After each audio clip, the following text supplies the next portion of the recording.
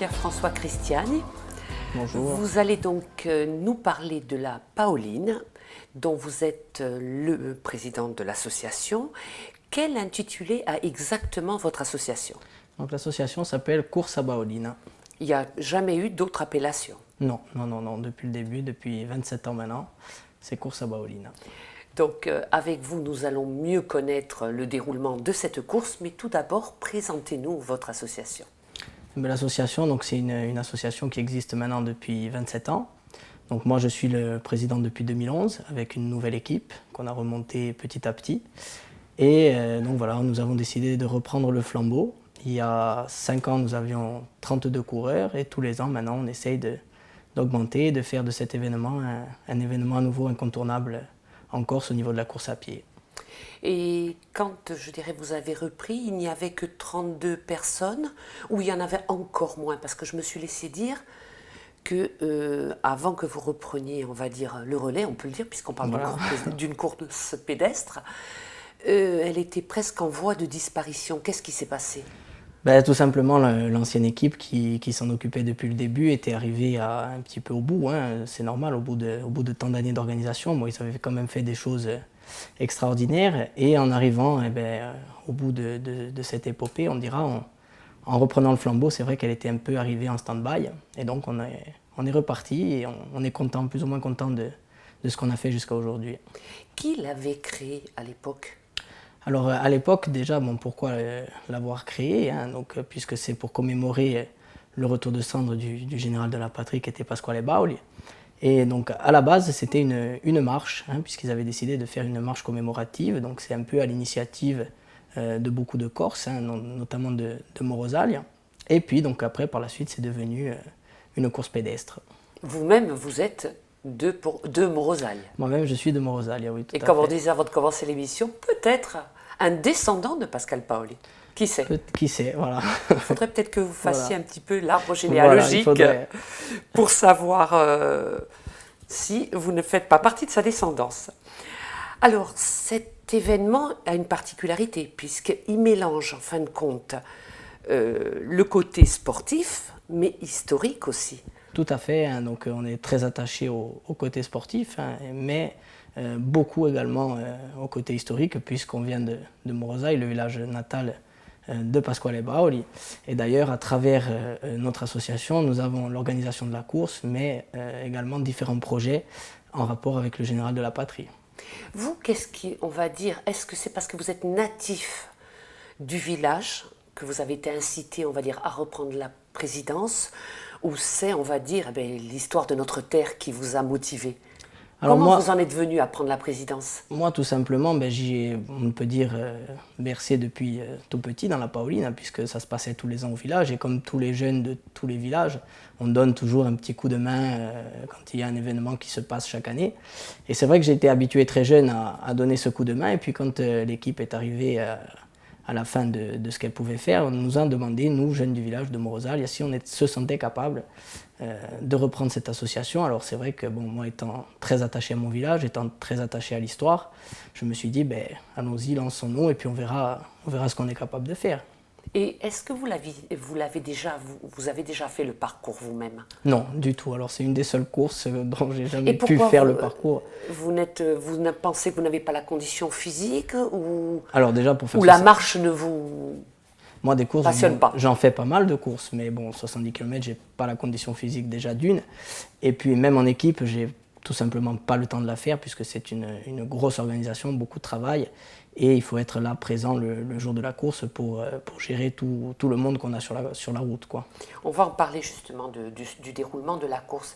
Mais d'abord, on va revenir finalement à l'histoire de ces cendres de Pascal Paoli. Est-ce que vous pouvez nous dire ce qu'il en est? Parce qu'il y a eu une mobilisation entre l'Angleterre et la Corse. Donc Pascal Paoli, qui est décédé à Londres en 1807. Et donc après sa mort, bien sûr, les Corses ont voulu assez rapidement faire revenir ses cendres. Puisque... Quelqu'un en particulier? On peut le citer? Oui, enfin quelqu'un en particulier, et puis surtout les Corses en général, hein, nous allons dire, puisque ça nous appartient, il est de chez nous, et on voulait absolument que ces Qui cendres reviennent. voilà, reviennent à Morosalia. Et donc ça a quand même mis 82 ans avant que ça se fasse, hein, il est revenu en 1889. Et donc là, il y a eu une mobilisation énorme de tous les Corses, hein, qui se sont retrouvés sur le port d'Île-Rousse en attendant ces cendres, et pour pouvoir, à travers une marche, les remonter jusqu'à Morosalia, au musée, sa maison natale. Et pourquoi le port d'Île-Rousse, pour ceux qui ne connaissent pas l'histoire? Ben parce que Île-Rousse avait été fondée par Pascal Paoli, hein, tout simplement. Voilà, pour dire à ceux qui Voilà. ne connaissent pas, parce que pour vous c'est tout à fait Voilà. naturel. Je connais un petit peu son histoire aussi, mais peut-être pas tous ceux qui vont nous écouter. Mais voilà, après Morosalia, Île-Rousse, c'était l'endroit qui tenait le plus à cœur à Pascal Paoli, hein. C'était un point très important au niveau du commerce, au niveau des relations avec le reste de l'Europe, hein. Alors, un jour, donc, à Morosalia, parce qu'on n'a pas cité le nom du président qui est resté quand même pas mal d'années en poste, à la création de l'association. Qui était-il? Ou qui est-il? Il y en a eu plusieurs, hein. Il y a eu donc notamment le fondateur, on dira, qui était Dominique Yvon, qui est originaire de Morosalia. Il faisait le parcours? Alors non, il s'occupait de l'organisation. De toute façon, voilà, tous les présidents plus ou moins sont obligés de s'occuper de la logistique parce que c'est énormément de responsabilités. Donc ensuite, il y a eu d'autres personnes comme Mario Stara, comme Jean-Pierre Arrigui, hein, Jean-Pierre Arrigui qui aujourd'hui est notre président d'honneur et qui le restera, je pense, jusqu'à toujours, quoi, tant qu'existera l'association, puisque il fait toujours des courses aujourd'hui encore à son âge, et c'est tout simplement notre emblème, quoi. Voilà, donc beaucoup de gens comme ça qui ont pendant 27 ans accompagné la Paolina pour qu'elle soit ce qu'elle a été et ce qu'elle est encore aujourd'hui. Et est-ce que vous êtes au courant quand ils ont décidé finalement de dire tiens, ça va être l'histoire de Pascal Paoli, le fait du retour de ses cendres au village, on décide de faire donc cette course pédestre. Ah oui. Est-ce que, je veux dire, elle est de 70 km, je crois. 70 km. Est-ce que ça n'a pas été au départ pris en disant mais ça va être trop, les gens ne vont pas y arriver? Non, 70 km, après, voilà, ils ont mis en place différentes catégories, hein, puisque les catégories, ce ne sont pas nous qui les avons créées, elles étaient déjà là depuis le départ, hein, donc pour pouvoir en fait rendre accessible cette course à beaucoup de monde. Donc il y a la catégorie individuelle, qui est très très dure, hein, pour avoir côtoyé beaucoup de gens qui l'ont faite, et on peut la faire également en équipe de 4, en équipe de 8 ou en run and bike, donc ça laisse voilà, une accessibilité à beaucoup de gens. Et en individuel, vous pouvez nous citer le nombre de personnes qui la parcourent? Alors l'an dernier, est-ce que c'est le plus important? Non. L'an dernier, j'avais 14 individuels. Cette année, il y en aura sûrement un petit peu moins, puisque j'ai vu que certains individuels de l'an dernier se sont inscrits dans des équipes. Donc voilà, et puis généralement, il y en a comme par exemple Jean-Louis Benedetti, qui va s'inscrire cette année à la 27e édition. Lui, il a fait 26 fois. Donc voilà, il y a des individuels qui sont habitués, qui reviennent chaque année, mais beaucoup viennent et puis après la refont en équipe ou changent de catégorie. Voilà. Est-ce qu'ils s'entraînent? Est-ce que ces 70 km, ils les parcourent, on va dire, plusieurs fois dans l'année pour avoir un certain entraînement, un certain rythme, ou oui, ce sont d'autres parcours qu'ils pratiquent? Alors pour beaucoup, ce sont toutes les courses qu'ils font toute l'année, hein, puisque pour faire 70 km, il faut quand même être un coureur aguerri, c'est pas une course dans l'année. Voilà, c'est pas une course dans l'année, sinon tout simplement c'est pas possible. Mais c'est vrai qu'il y en a qui s'entraînent, qui se sont entraînés encore jusqu'à la semaine dernière sur le parcours pour pouvoir faire la course.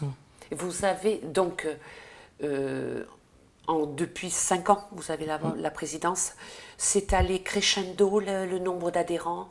Alors, c'est allé crescendo, hein, puisque la première année, on a eu 32 participants, la deuxième, 52, la troisième, 110, la quatrième, 165, voilà, et puis petit à petit, ça augmente, et là, cette année, on espère arriver à 200 partants, quoi. Alors, cette course se parcourt donc en général au mois d'octobre, c'est ça? Voilà, donc c'est tous les ans le premier samedi d'octobre. D'accord. Et est-ce que, pour participer, vous allez nous expliquer le déroulement, les inscriptions, il y a un coût? Ah oui, oui, oui, voilà. de participation. Voilà. Est-ce que vous pouvez nous dire de combien il s'élève? Oh, en moyenne, c'est, on dira, 25 € par personne. Voilà, donc bon, des inscriptions qui se font sur Internet ou de manière papier selon la disponibilité des gens et les moyens qu'ils ont à leur disposition. Donc cette année, nous avons choisi de travailler avec Corse Chrono, hein, qui est une société d'inscription en ligne. Et donc voilà, donc chaque année, nous avons ces inscriptions en ligne et le format papier qui reste, je dirais, pour différents, par exemple, les gros clubs qui envoient énormément de coureurs, c'est compliqué pour eux à gérer sur Internet, donc nous remplissent les formats papier et nous, après, derrière, enregistrons les coureurs sur le logiciel. Et qui peut s'inscrire? Alors, tout le monde peut s'inscrire à partir du moment qu'il est ou licencié d'un club d'athlétisme ou qu'il possède un certificat médical apte à la course à pied en compétition. Voilà, c'est, on va dire, la chose qui oui, est demandée obligatoirement. Obligatoirement. Surtout pour un trajet aussi important. Voilà, donc celui qui ne présentera pas son certificat médical le jour du départ ne pourra pas prendre le départ de la course. Donc vous les avez dit, donc cette course, elle se court soit en individuel, soit en équipe de 4, soit en équipe de 8, soit en run and bike. Donc il y a 4 possibilités de pouvoir... participer à la Paolina. Qu'est-ce que je voulais vous demander? Ah oui, est-ce qu'il y a eu, depuis qu'elle est parcourue, un record?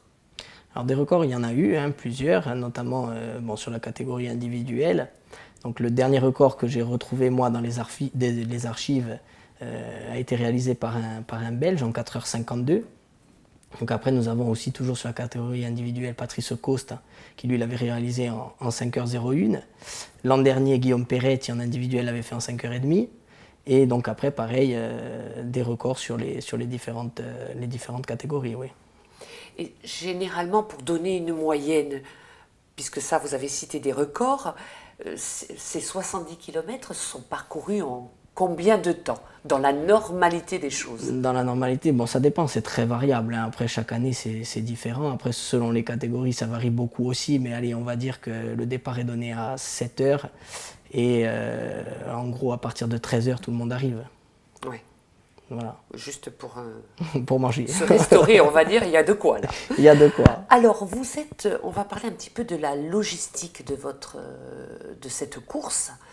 Vous êtes combien de bénévoles? Je suppose que ce sont que des bénévoles qui vous entourent. Ce sont que des bénévoles. Au nombre de combien? Alors le jour de la course, nous sommes entre l'équipe qui a sur la route et l'équipe qui a, je dirais, là où nous accueillons le public pour servir et pour s'occuper de tout le monde, il y a environ 70 personnes. Ah, presque autant que de kilomètres, quoi. Une personne par Ça, kilomètre. C'est fait exprès? Non, pas du tout. Bon, déjà, on a, par exemple, cette année, nous avons 45 personnes sur la route, puisque la course se fait quand même en route ouverte. Donc ça, ça demande énormément de sécurité pour tout ce qui est croisement, branchement, voitures qui viennent en sens inverse. Donc nous avons également des voitures d'ouverture de course, de fermeture, de suivi. Et puis après, toute l'équipe, bien sûr, qui travaille sous le chapiteau à servir, à préparer les repas, à servir à manger sur les tables, à servir au comptoir. Voilà, donc énormément de personnes. Ouais. Est-ce que vous avez des associations sportives, justement, qui sont habituées à pratiquer des courses aussi pédestres, qui viennent vous donner la main? Alors, déjà, beaucoup de clubs qui y participent avec leurs coureurs, énormément. Donc, je prends par exemple l'exemple de Luciana qui tous les ans viennent en force, le Running Club Bastia, l'Entente GFC à Portiche. Donc, voilà, beaucoup de clubs qui sont là en force par les coureurs chaque année. Et après, pour tout ce qui est bénévolat, nous avons les gens du village. Et puis d'ailleurs, notamment, alors, cette année, nous avons des bénévoles d'une autre association sportive qui organise un trail au San Pedrone, et donc il nous a proposé de nous donner un coup de main. Donc voilà, chaque année, nous entraînons comme ça un petit peu comme nous pouvons, selon les disponibilités, les moyens de chacun. Et est-ce que, on va dire, le fait de faire cette course toutes les années, les engagements, enfin ce que coûte l'engagement, ça vous est arrivé de le reverser à une association? Alors on l'a en tête depuis un moment de pouvoir reverser les bénéfices à une association. Malheureusement, jusqu'à maintenant, nous n'avons pas pu parce que donc nous avons eu beaucoup d'investissements pour repartir et pour mettre en place notre projet, puisque cette année, par exemple, nous avons fait l'acquisition d'un terrain puisque la place du village était trop petite pour accueillir le public. Donc qui dit acquisition d'un terrain dit aménagement. Voilà, donc énormément de fonds mis. Et cette acquisition, vous avez carrément acheté le terrain? Alors on a signé un bail avec, une personne du village de Morosaï qui nous a très gentiment proposé de laisser son terrain à l'association. Pas pour un euro symbolique. Voilà, hein, on va dire ça comme ça. Et donc derrière, bon, bien sûr, nous avons réalisé tous les aménagements, donc des maquisages, terrassements, mise en place d'eau potable, voilà, donc énormément de fonds investis sur le terrain. Donc c'est vrai que le fait de pouvoir reverser des fonds à une association, pour l'instant, bon, c'est pas possible, mais c'est vrai que... Vous travaillez un peu à fond perdu là. Voilà, voilà. Donc, mais on l'a toujours en tête et c'est vrai que le jour où on sera vraiment stabilisé au niveau de l'organisation, on pourra reverser les bénéfices à une association qui en a besoin, bien sûr. Je veux dire, dans ce genre de manifestation, vous ne recevez pas une subvention? Nous recevons des subventions, hein, voilà, pas qu'une. Donc nous avons au niveau subvention la CTC qui nous suit depuis que nous avons repris l'association. Nous avons également le conseil général. Nous avons quelques mairies que traverse la course qui nous aident financièrement. Et après, nous avons aussi beaucoup de partenaires privés qui sont là pour nous soutenir et pour nous permettre chaque année de continuer à pérenniser notre association et de monter justement les projets que l'on a en tête, quoi. Donc depuis le jour où vous avez pris la présidence à ce jour, il n'y a pas de regret, on va dire. Vous avez vu quand même cette course aller crescendo par son nombre de participants et par les partenaires finalement qui vous soutiennent soit financièrement, soit avec leurs bras. C'est ça, tout à fait. Donc non, regret aucun, zéro. On va dire au contraire que des satisfactions, hein, puisqu'on prend énormément de plaisir à organiser cet événement. On a des projets plein la tête, on aimerait faire plein de choses pour le village, pour la commune, pour la région, donc à travers Paoli, à travers pas mal de choses.